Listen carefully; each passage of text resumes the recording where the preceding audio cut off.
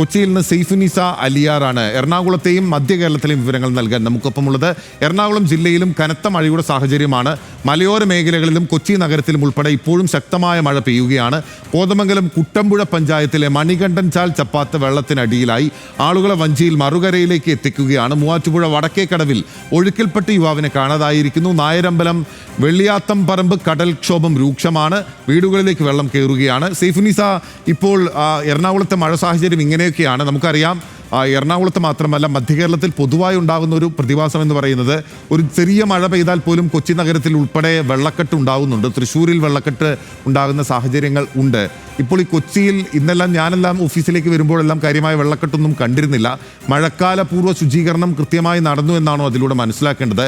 മാത്രമല്ല, എറണാകുളത്ത് മഴ മൂലം മറ്റൊരു ദുരിതം അനുഭവിക്കുന്ന ജനവിഭാഗം ഈ കടലോരങ്ങളിൽ താമസിക്കുന്ന മനുഷ്യരാണല്ലോ. പ്രത്യേകിച്ച് ഫോർട്ട് കൊച്ചിക്ക് ശേഷമുള്ള മുനമ്പും ഉൾപ്പെടെയുള്ള പ്രദേശങ്ങളിൽ എല്ലാം തന്നെ. അപ്പോൾ അവിടെയുള്ള കടലാക്രമണ സാധ്യത എന്തൊക്കെയാണ്? എങ്ങനെയാണ് മഴ വിവരങ്ങൾ മധ്യ കേരളത്തിൽ, എറണാകുളത്ത്?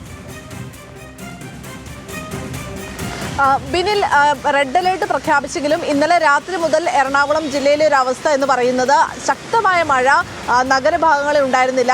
കുറച്ചുകൂടി കിഴക്കൻ മേഖലയിലായിരുന്നു രാത്രി ശക്തമായ മഴ ഉണ്ടായിരുന്നത്. പക്ഷേ രാവിലെ ഒരു 9 മണിക്ക് ശേഷം അതിശക്തമായ മഴയിലേക്കാണ് പിന്നീട് പോയത്. ഒപ്പം തന്നെ അതിശക്തമായ കാറ്റുമായിരുന്നു. 60 കിലോമീറ്റർ വേഗതയിൽ വീശിയടിക്കുന്ന കാറ്റുണ്ടാകാൻ സാധ്യതയുണ്ടെന്ന് 7 മണിക്ക് തന്നെ കാലാവസ്ഥാ നിരീക്ഷണ കേന്ദ്രം മുന്നറിയിപ്പ് നൽകിയിരുന്നു. അതിന് പിന്നാലെ തന്നെ 9 മണിയോടുകൂടി അതിശക്തമായ മഴയും കാറ്റും ഉണ്ടാവുകയായിരുന്നു. ആ മഴ ഇപ്പോഴും തുടരുകയാണ്. താഴ്ന്ന പ്രദേശങ്ങളിലൊക്കെ വെള്ളം കയറിയിട്ടുണ്ട്. നമ്മൾ പല ഭാഗങ്ങളിലായി ചെന്ന് നോക്കുകയാണ്. ഇപ്പോൾ നിലവിൽ നഗരഭാഗങ്ങളിൽ അങ്ങനെ ഒരുവിടത്തും വെള്ളം കയറിയതായിട്ട് നമുക്ക് വിവരങ്ങളൊന്നും ലഭ്യമാകുന്നില്ല. പക്ഷേ ഈ നദികളിലെല്ലാം തന്നെ ജലനിരപ്പ് ഉയർന്നിട്ടുണ്ട്. ഈ തീരപ്രദേശങ്ങളിലേക്ക് പോയാൽ അവിടെ എല്ലാം കടൽക്ഷോഭമുണ്ട്. ആസിഫ് ചെല്ലാനത്തേക്ക് പോയിട്ടുണ്ട്. അല്പസമയത്തിനകം തന്നെ അവിടെ എത്തും. നായരമ്പലം ഭാഗത്ത് വെളിയത്താംപറമ്പ് ബീച്ചിൽ കടൽക്ഷോഭമുണ്ട്. അവിടെ പരിസരത്തുള്ള തീരപ്രദേശങ്ങളിലെ വീടുകളിലേക്ക് വെള്ളം കയറുന്ന സ്ഥിതിയുണ്ട്. ഒപ്പം തന്നെ പല ഭാഗങ്ങളിൽ മരങ്ങൾ കടപുഴകി വീഴുന്നു. കാരണം അതിശക്തമായ കാറ്റായിരുന്നു.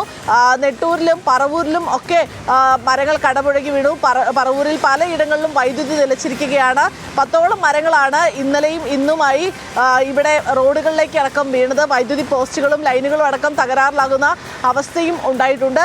പുഴകളിലെ ജലനിരപ്പും ഉയരുകയാണ്. ഇടുക്കി റിസർവോയറിൻ്റെ കാര്യത്തിൽ ആശങ്കപ്പെടേണ്ട സാഹചര്യമൊന്നും നിലവിലില്ല എന്നുള്ളതാണ് മുന്നറിയിപ്പ് നൽകിയിരിക്കുന്നത്.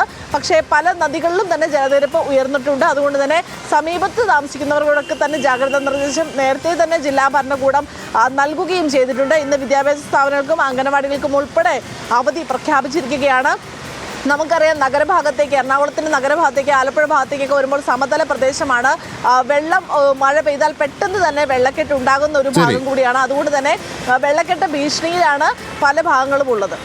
Okay, thank you. സെയ്ഫുനിസ അലിയാറാണ് വിവരങ്ങൾ നൽകിയത്.